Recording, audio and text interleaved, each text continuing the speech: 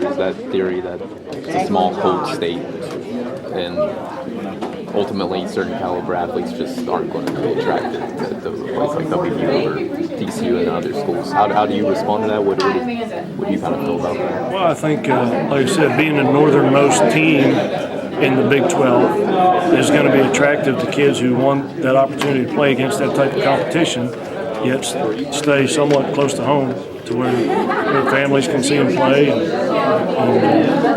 And I think that's very attractive. When you look at Kentucky and the SEC, the northernmost team, Oregon and Oregon State over in the Pac-12 and the success that they've had, and Maryland over in the ACC, who's had they really had a good year and had great pitching numbers. Other than Boston College, who just joined, they're one of the northernmost teams in the ACC. So it's attractive for that reason. And I think kids that want to play in the Big 12 but stay up here to do it, I think we have a chance to attract some really good players that way. Does it change the dynamic at all with Pitt and Syracuse joining the ACC? I mean, there's going to be competition there. It might, and that again has yet to be determined. But I think one thing that I think has made me pretty successful at recruiting is I think when people talk to me, they can sense my commitment to winning and my vision for taking a program where it needs to go. And if they do that, then other schools and other competition kind of falls by the wayside. So it's all about West Virginia at this point and where we want to go, and really looking for kids who are willing to jump on board. Do you have any memories at all of this state? I don't know how much growing up in Johnstown. I know Coach Holgerson had never been to West Virginia before he became our coach. Do you have any memories growing up? I absolutely do. I love to hunt and fish. I'm an outdoor kind of guy, and I grew up deer hunting right over here by Cheat Lake. So actually, when Amanda and I came up here last week, we drove past one of the hotels on the road, and I remembered staying at it probably 30 years ago. So I have been to Morgantown before, and I really love the area, and, the green trees and the hills, and it's good to be back home. So what you're saying is you're going to be doing a lot more hunting?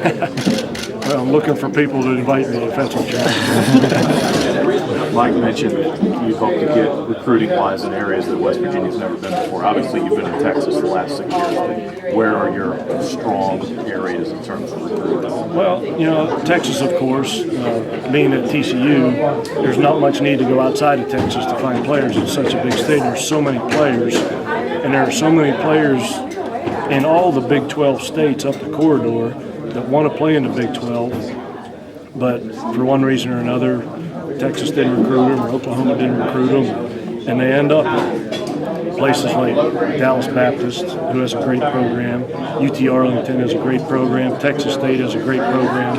All those type of kids that would love to play in the Big 12 now can have that opportunity to play in the Big 12 and come back in front of their families and get to play in the conference they grew up watching. So I'm excited about that part of it. So I think anywhere up that corridor potentially is a place where you can draw players from.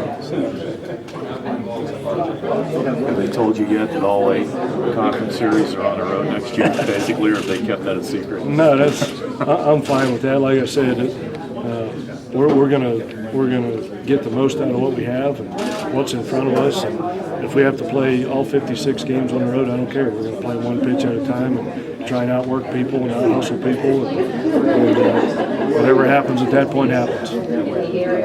You mentioned the desire to compete immediately. One of the things that stood out in your bio when I read it was Charleston Southern taking a team that was picked last in that conference and going to the NCAA regionals.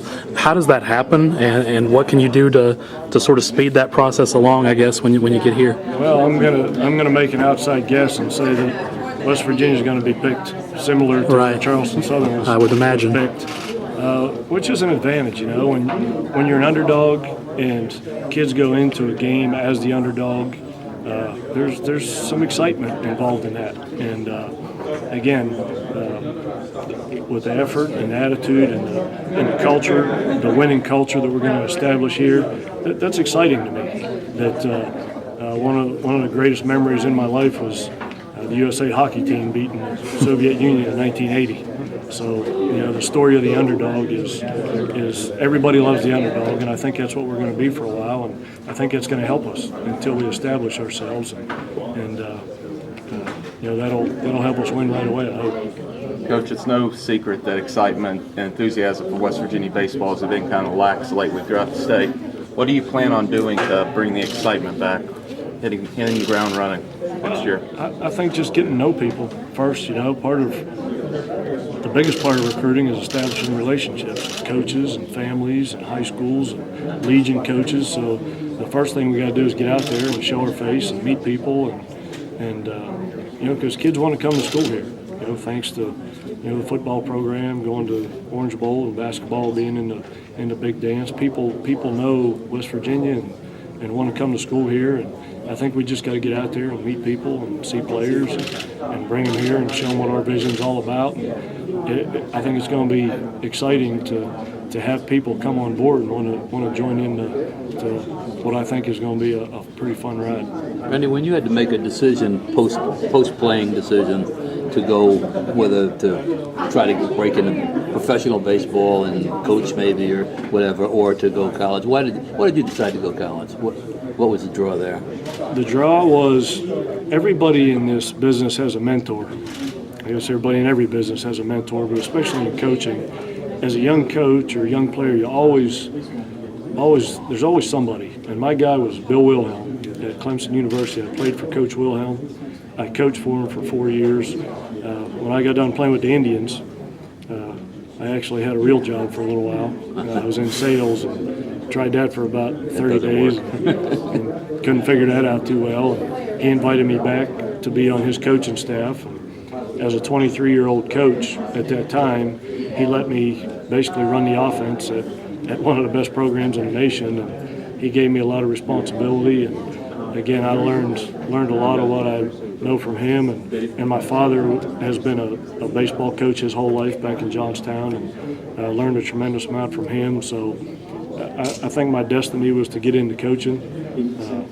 Wish I would have got to play a little bit longer, but as soon as I finished playing, college baseball is so exciting to me, and it's more than just winning games and hitting home runs. It's student athletes and teaching kids and preparing kids what life after college is like, and watching kids mature over the course of 4 years is how I get my satisfaction.